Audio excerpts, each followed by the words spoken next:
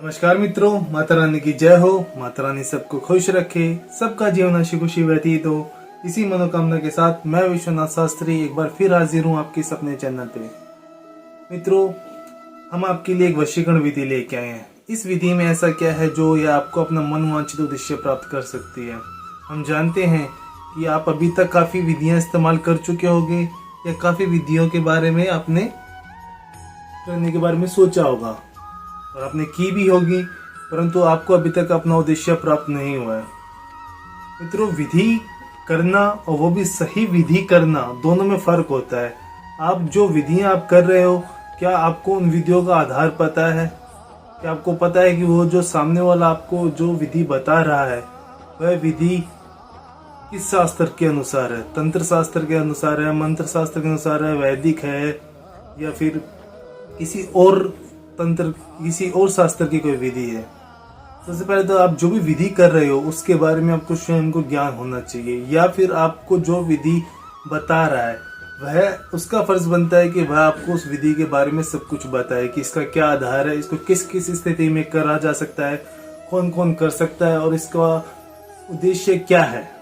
अर्थात आप जो विधि कर रहे हो वो आप क्यों कर रहे हो, आपका कौन सा उद्देश्य है जिसके लिए आप ये विधि कर सकते हो।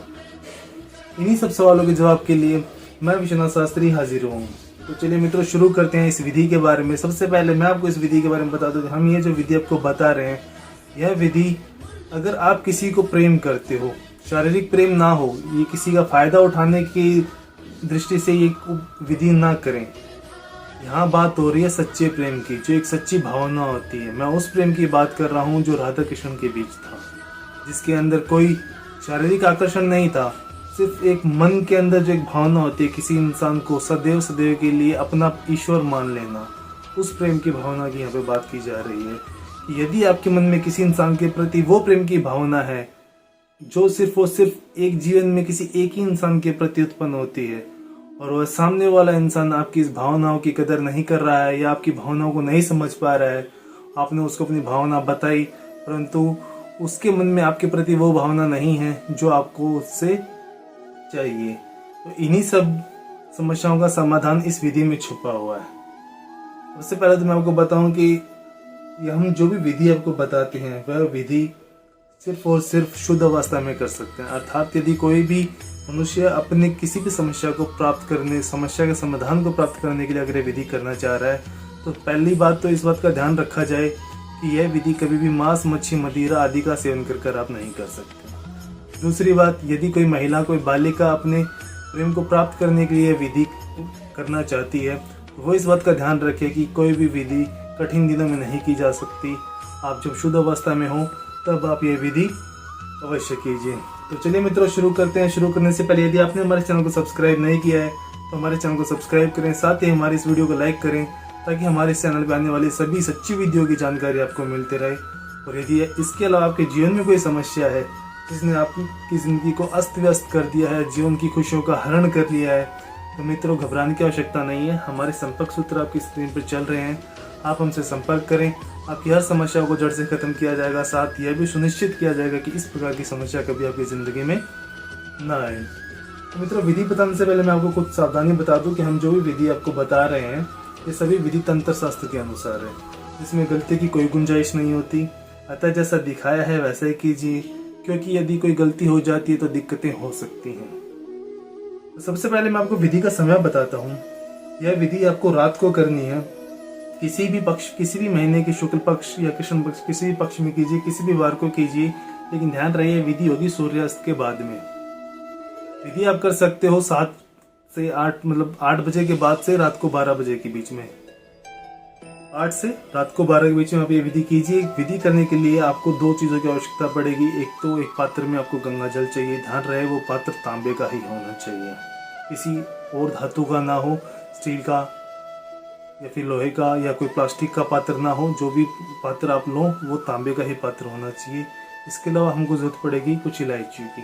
यह जो विधि है ये 3 दिन की विधि है, तो हम यह विधि 3 दिन तक करेंगे। एक ही प्रकार की विधि है जिसको 3 बार दोहराया जाएगा। आप जिस भी बार को ये शुरू कर रहे हैं, आप ये ध्यान रखिए कि उसके बाद में 3 दिन तक ये विधि बिना किसी रोक टोक ये पूरी हो जाए। बीच में किसी भी एक दिन का गैप नहीं आना चाहिए। अगर आपने आज विधि शुरू कर दी है तो कल भी आप करेंगे और परसों भी आप करेंगे। 3 दिन यह लगातार होनी आवश्यक है।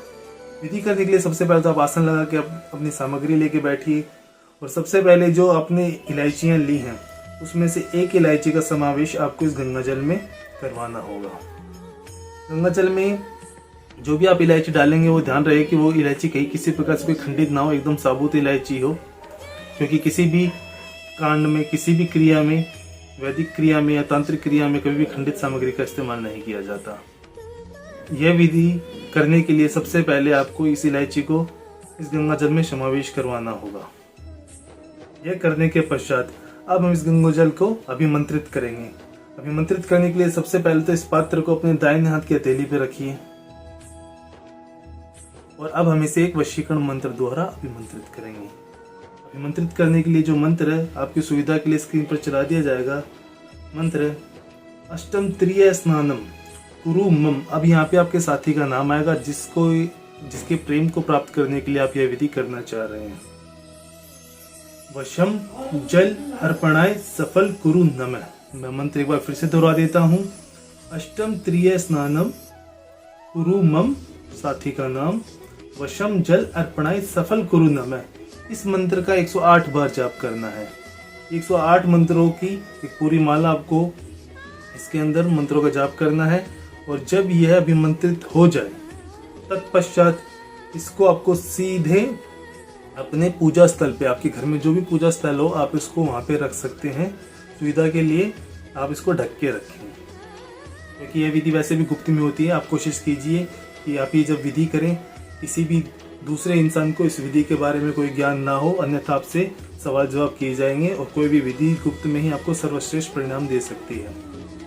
यह आपको पूजा स्थल पे रखने के बाद में अगले सुबह जब आप उठोगे, उठने के पश्चात आपको जब आप स्नान वगैरह करने जाएंगे तब आपको इसमें से आधा जल का इस्तेमाल आपको उस जल में करना है जिस जल से आप स्नान करने वाले हो। उदाहरण के लिए यदि आपने बाल्टी भर ली है नहाने के लिए, आप इसमें से आधा पात्र खाली कर लेंगे उसी बाल्टी में जिस जल से आप स्नान करने वाले हो। स्नान करने के बाद में आपको शुद्ध मन से जो बाकी का जल बचा हुआ है इसको आपको सूर्य को देखते हुए अर्पण करना है। अर्थात जैसे हम सूर्य को जल अर्पण करते हैं उसी प्रकार जो आधा जल इसमें बचा हुआ है वही जल आपको सूर्य को अर्पण करना है। और यह जो इसके अंदर इलायची है, ये ध्यान रहे कि यह नीचे नहीं गिरनी चाहिए पात्र से। जब आप सूर्य को जल अर्पण करें तो ये ध्यान रखें कि जो अंदर इलायची है वो पात्र में ही रहे, वो नीचे ना गिरे किसी भी प्रकार से। और जब आप सूर्य को जल अर्पण कर दें तत्पश्चात इस इलायची को आपको किसी भी तुलसी के पौधे की जड़ों में इसको गाड़ना है। ध्यान रहे पौधे को खरोच नहीं पहुंचनी चाहिए, किसी प्रकार से कोई क्षति ना पहुंचे पौधे को। थोड़ी सी जड़ों के पास में 1-2 इंच का गड्ढा खोदकर उसी गड्ढे में यह इलायची आपको गाड़नी है। यह करने के पश्चात आप अपने दिनचर्या के काम में लग सकते हैं। आप जो भी काम करते हैं आप अपने काम कीजिए और रात को फिर आपको यह विधि फिर से दोहरानी है। अगली सुबह फिर से स्नान करेंगे। स्नान में आपको आधा जल इसमें से लेना होगा और आधा आप सूर्य को जल अर्पण करेंगे और इसी प्रकार आपको यह विधि 3 बार करनी है। जब आपका यह विधि 3 बार हो जाएगी, 3 बार आपका स्नान हो जाएगा, 3 बार सूर्य को जल अर्पण हो जाएगा, 3 बार आप इलायची तुलसी को अर्पण कर चुके होंगे, तत्पश्चात आपने जिसके लिए विधि की है आप ये देखो कि अनायास ही उसके मन में वो भावना आ चुकी है जो वो भावना कल तक खुद नहीं समझ रहा था। आप जो उसको समझाने की कोशिश कर रहे थे, आप अपने प्रेम को प्राप्त करने की कोशिश कर रहे थे, अब वही भावना उसके मन में अपने आप आ चुकी है। वह किसी न किसी बहाने से आपके समीप आने की कोशिश करेगा। अगर किसी और से भी बात करेगा तो आपके बारे में बात करेगा और जब यह आकर्षण उसकी सारी सीमा तोड़ देगा तब वह खुद आकर अपने प्यार का आपसे इजहार करेगा। मित्रों, यह विधि कोई पहली बार नहीं है जो आप करने जा रहे हो। यह विधि काफ़ी सदियों से इस्तेमाल की जा रही है। तंत्र शास्त्र हमारे भारतवर्ष की देन है और हम भारतीय अभी इससे उतने जागरूक नहीं हैं कि हम इसका इस्तेमाल कर सकें। हम जिंदगी भर उन समस्याओं से पीड़ित रहते हैं जिनका बहुत ही साधारण सा उपाय हो सकता है, परंतु जानकारी का अभाव है। जानकारी के अभाव की वजह से हम अपनी समस्या के समाधान को नहीं कर पाते। ऐसे ही समाधान की जानकारी के लिए आप हमसे जुड़े रहें, हमारे चैनल को सब्सक्राइब करें। बाकी मित्रों, विधि कीजिए। विधि से लेकर अगर कोई भी शंका या सवाल हो, आपके जीवन में कोई और समस्या हो जिसने आपकी जिंदगी को नर्क बना रखा हो और अनगिनत उपायों के बाद में भी समस्या का समाधान ना मिल पा रहा हो, तो आप हमसे बेझिझक संपर्क करें। आपकी हर समस्या को जड़ से खत्म किया जाएगा। और बाकी विधि करते समय आपसे कोई गलती हो गई हो तो घबराने की जरूरत नहीं है। हमारे संपर्क सूत्र आपकी स्क्रीन पर चल रहे हैं। इसी के साथ जय माता दी मित्रों। उम्मीद करते हैं कि आपने इस विधि से जो देखा है आप उसको एक बार कोशिश जरूर कीजिए। और ये मैं आपको आश्वासन देता हूँ कि अगर आपने इस विधि को एक बार सही तरीके से कर लिया, शुद्ध मन से अगर कर लिया, तो आपको आपका प्रेम दिलाने में कोई दुनिया की ताकत नहीं रोक सकती। ये मेरा आश्वासन है। बाकी मित्रों, यदि आप भी माता रानी को मानते हो तो कमेंट बॉक्स में जय माता दी अवश्य लिखें। साथ ही हमारे चैनल को सब्सक्राइब करें। सब्सक्राइब करना बहुत ही आसान है। स्क्रीन पर चल रहे माता रानी की पिक्चर को क्लिक करें और आप सदैव सदैव के लिए हमसे जुड़ जाएंगे। जय माता दी मित्रों।